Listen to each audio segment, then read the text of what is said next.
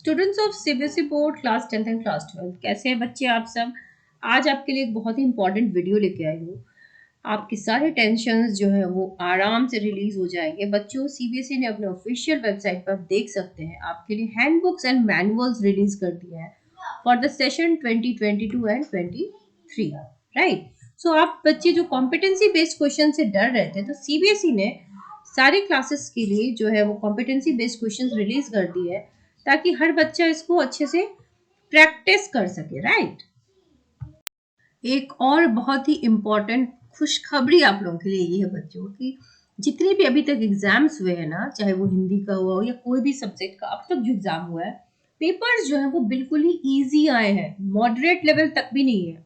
यानी कि आप इसको इजी टू मॉडरेट के ब्रैकेट में डाल सकते हो, मॉडरेट टू डिफिकल्ट के ब्रैकेट में नहीं डाल सकते। जो क्वेश्चंस थे वो एनसीईआरटी बेस्ड थे, एनसीईआरटी से बाहर नहीं था। यानी कि डायरेक्ट क्वेश्चंस जो एनसीईआरटी में होते हैं ना, वहां से क्वेश्चंस थे। दैट मीन्स कि आपके आगे आने वाले जो इंपॉर्टेंट पेपर्स हैं वहां भी क्वेश्चन एनसीईआरटी से स्ट्रेट पूछा जा सकता है, चांसेस तो बनते हैं। तो इसीलिए आप एनसीईआरटी के क्वेश्चंस को जरूर देख के जाइएगा, डरने की जरूरत नहीं है। सीबीएसई ने जब सैंपल पेपर रिलीज किया था और मार्किंग स्कीम, तो बहुत से बच्चे डर रहे थे कि क्वेश्चन तो मॉडरेट टू डिफिकल्ट के रेंज में है, तो क्या पता हम कर पाएंगे नहीं कर पाएंगे।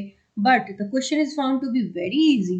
और कॉम्पिटेंसी बेस्ड क्वेश्चन से आपको डरने घबराने की जरूरत नहीं है, क्योंकि सीबीएसई का ऑलरेडी क्वेश्चन बैंक उन्होंने रिलीज कर दिया है। तो ऑब्वियस सी बात है, क्वेश्चन वहीं से आएंगे, तो आपको डरने घबराने की बिल्कुल भी जरूरत नहीं है। अब देखते हैं कि भाई, जो मैं कह रही थी कि आप टेंशन फ्री हो जाओ, उसका कारण क्या है। देखो बच्चों, कोविड के बाद, पैंडमिक होने के बाद आपका ये पहला बैच है जो एग्जाम देने जा रहा है लाइक प्री पैंडमिक सिचुएशन, है ना। तो आपने ऑब्जर्व किया ही होगा, क्वेश्चंस जो है वो इजी हैं। और जब आपके मार्क्स मिलेंगे ना, तो वो लीनियंट चेकिंग होगी, बड़ी लीनियंट चेकिंग होगी। इंटरनल मार्क्स ऑलरेडी आपको मिल चुके हैं, है ना। अब एक और पॉलिसी है, आप सीबीएसई की ऑफिशियल वेबसाइट पे चेक भी कर सकते हो कि मॉडरेशन पॉलिसी लगा दी गई है, विच रियली मीन्स कि आप अगर किसी एग्जाम में सम इरोनियस क्वेश्चंस आर फाउंड, यानी कि गलत क्वेश्चन मिल गया है, तो आपको उसके पूरे नंबर मिलेंगे। अगर आपका जो सेट है वो डिफिकल्ट आ गया with respect to the sets जो आपके फ्रेंड का है, यानी कि ए बी सी में से सर्टेन सेट डिफिकल्ट है, तो उस डिफिकल्ट वाले सेट की लीनियंट चेकिंग की जाएगी, ताकि एक डिस्पैरिटी ना हो, पैरिटी मेंटेन की जा सके। करेक्ट।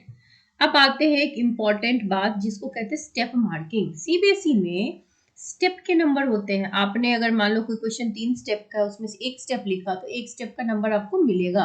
2 स्टेप लिखा, 2 स्टेप का नंबर मिलेगा। 3 पूरा पूरा लिख दिया तो पूरे नंबर मिलेंगे। तो अगर आपको स्टेप भी आता है, तो स्टेप मार्किंग के हिसाब से आप स्टेप्स लिख दो।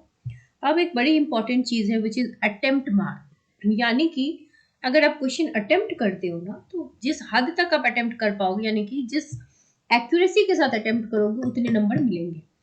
तो अटेम्प्ट लो, अगर क्वेश्चन आता है तो वेल एंड गुड, नहीं आता है तो भी क्वेश्चन के इन एंड अराउंड आपको कुछ भी आता हो उसको लिखिए, क्योंकि अटेम्प्ट के नंबर है। अरे कम से कम आधा नंबर तो देगा एग्जामिनर, 1 नंबर दे सकता है। और जब कोई बच्चा 5 नंबर 4 नंबर से फेल होने को होता है ना, तो ग्रेस मार्क्स दिए जाते हैं, क्योंकि एग्जामिनर नहीं चाहता कि कोई बच्चा रियली फेल हो।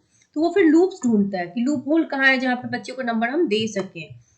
तो आपने गलत सही कुछ भी अगर लिखा होगा, तभी तो आपको अटेम्प्ट के नंबर दे पाएगा ना सीबीएसई या एग्जामिनर।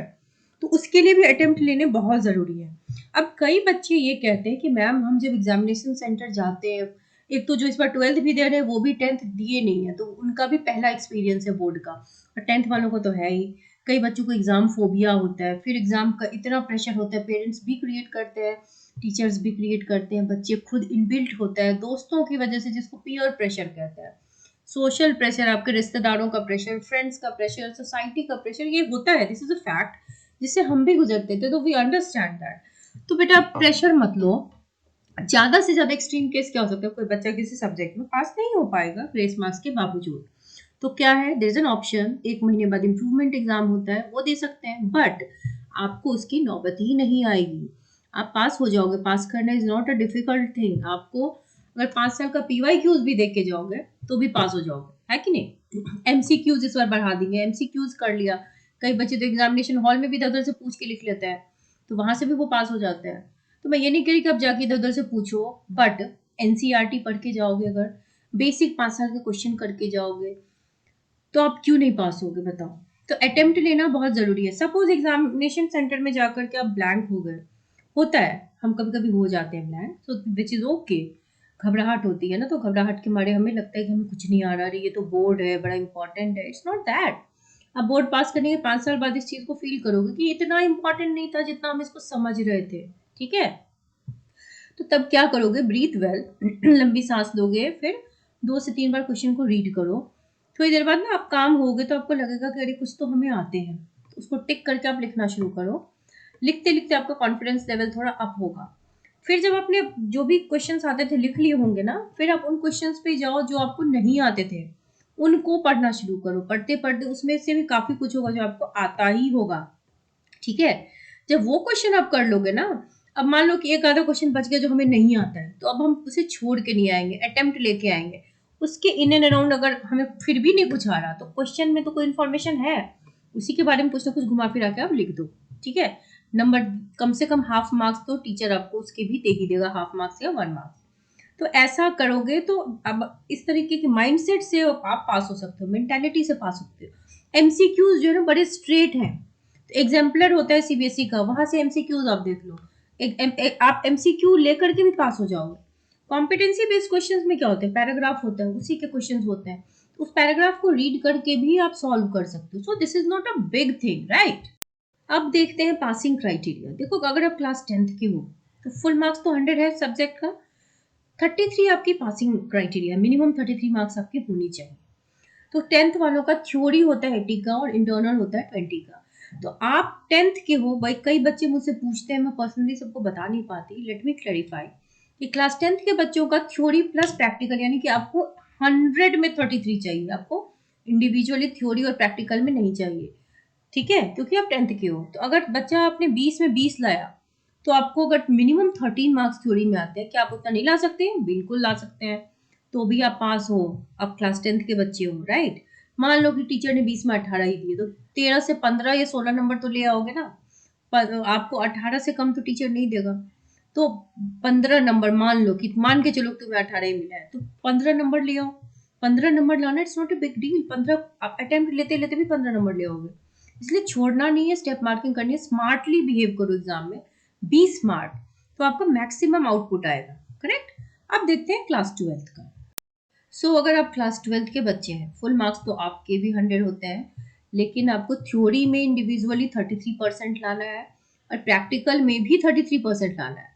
तो आपके प्रैक्टिकल के कुछ सब्जेक्ट्स के 30 के होंगे और कुछ सब्जेक्ट्स के 20 के होंगे। तो 30 में 10 लाना है और 20 में एटलीस्ट 7 लाना है, राइट। तब आप पास हो जाओगे प्रैक्टिकल में। बट आप भी जानते हो कि 30 में आपको एटलीस्ट 27 28 तो मिला ही होगा, और 20 में आपको 17 से नीचे नहीं मिला होगा, तो आपको प्रैक्टिकल की चिंता तो है ही नहीं।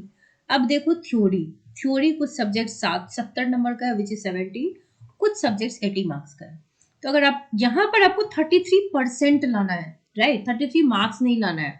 70 में 33% यानी कि 23 मार्क्स आपको लेके आना है, और 80 का 33% यानी कि 26.4, आप इसको रफली एस्टिमेट करके 27 ले लो। इतने मार्क्स अगर आप ले आए तो आप जरूर पास हो जाओगे।